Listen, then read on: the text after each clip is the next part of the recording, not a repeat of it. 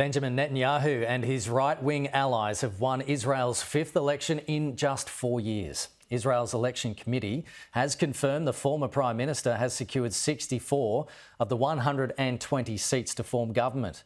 His opponent, Yair Lapid, conceded defeat and has instructed his staff to prepare an organised handover of power. And joining me live now is former Australian ambassador to Israel, Dave Sharma. Mr. Sharma, it's great to have you on the program to get your thoughts on this. First, your initial reaction to this election result. It is a majority. And Benjamin Netanyahu's return to power. Why do you think that there was a rejection of Lapid at this election?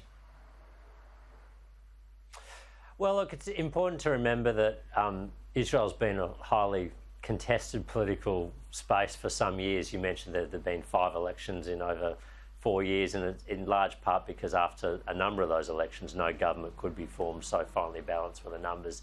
Yair Lapid went into this election commanding, a little less, in fact, than half the votes in the 120-seat Knesset. So it was always going to be close for him. I think what hurt him this time was that 2 of the parties that would naturally form part of Lapid's coalition failed to pass the electoral threshold. That means they didn't get over 3.25% of the vote, which means they don't get any seats in the Knesset. And I think because of that, basically Netanyahu's emerged with a bigger bloc. We're talking about 64 or 65 seats out of 120, so it's not a dominant majority, but it is a significant majority.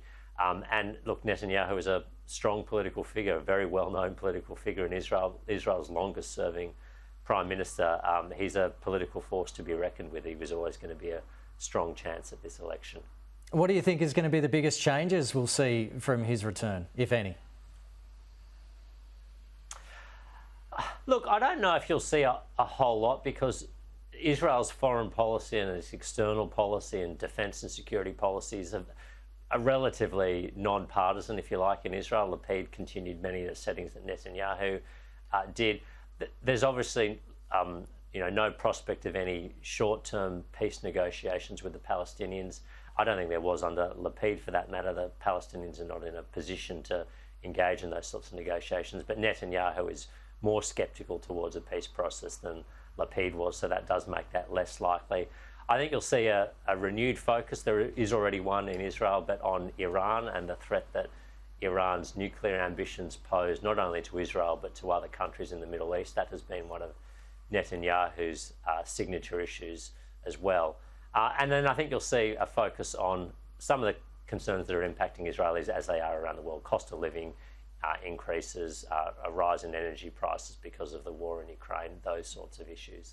Yeah, well, you did mention nuclear. So the United Nations General Assembly on Sunday voted to demand Israel destroy all their nuclear weapons and allow its inspectors in to visit these nuclear facilities.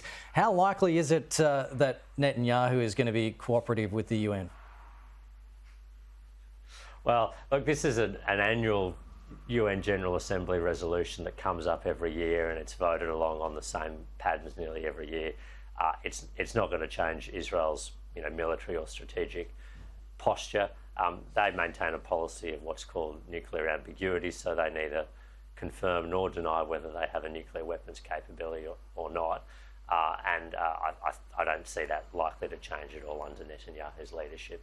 OK, you've raised concerns earlier about the future of Australia and Israel's relationship amid the fallout from the Albanese government's policy reversal not to recognise West Jerusalem as the capital last month, and that the Albanese government is committed to a 2-state solution in which Israel and a future Palestinian state coexist in peace and stability. This was slammed by the now outgoing Israel Prime Minister as hasty. Now that Benjamin Netanyahu is back in power, where do we sit now? Well, look, I don't think we sit in any better a position. I still find it staggering that Albanese or his foreign minister Penny Wong did not speak to their Israeli counterpart either before or after this decision. That would have been the normal course of things, normal pattern and a way to operate in a diplomatic sense.